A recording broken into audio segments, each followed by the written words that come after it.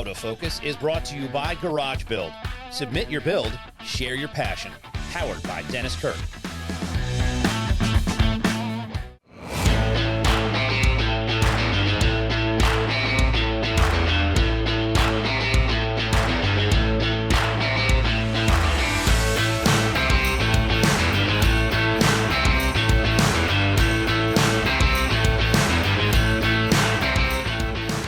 Hi, I'm Frank Naaykens from Speed Dealer Customs, based out of Joplin, Missouri. This is my 1986 FXR that we built, mostly with manual equipment, Bridgeport and engine lathe.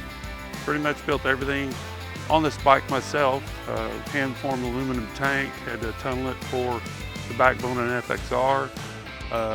1290 KTM front end. We built our own triple trees, made my own wheels. Made to try to be super light, lightest FXR ever built. Weighs about 525 pounds with a half tank of gas in it. And it's got a 124 S&S, 140 horsepower. So it's like riding a 450 Yamaha dirt bike. Front end wants to come up all the time. Again, to emphasize that, trying to prove the point that you can still build custom motorcycles with manual machines. You don't need $100,000 CNCs. Very few parts on this bike was out of my CNC machine shop, but 95% was made on the Bridgeport and engine lathe right there in my little shop in Joplin, Missouri. Yeah, one of the unique parts on this bike is I took a mountain bike shock and put it on the top motor mount. So that way you can load each side of the pistons up to 300 pounds to take the vibration out of your handlebars or any other vibration on the bike. Another unique about that shock, you can turn the lever and it becomes solid, just like a regular Harley-Davidson motor mount. Yeah, then another thing on the engine mounting is, instead of the one-point system with most FXRs, I came up with a two-point system running on plastic bushings that makes it less shaking also, and a lot more rigid as far as handling and stuff and vibration, feedback to the handlebars from the triangle or the tricycle thing I call it, which wasn't a very good design. We just got to improve on that.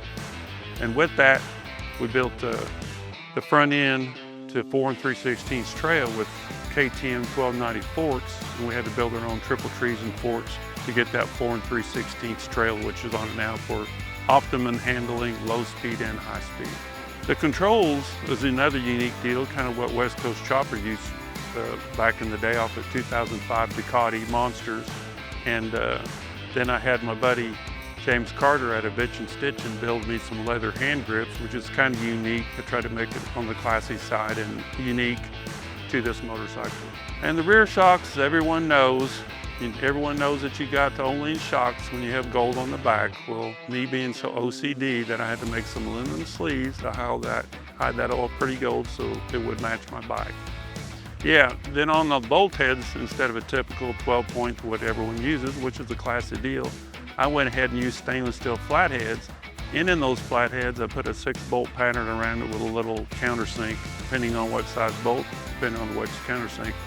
I probably got 20 hours with my OCD counter with all these countersink bolts and putting a bolt pattern all the way around it. So OCD guys would get it, other people don't even see it. And to get the weight down to 525 pounds, I used all carbon from Italian Motorsports on the front fairing and the back fenders, and then I had to make a stainless steel fender brace to support anyone that ride on the back, as anyone well knows that carbon fiber is not the safest thing for a passenger to be, so I had to make me a stainless steel fender brace for the back, was all handmade.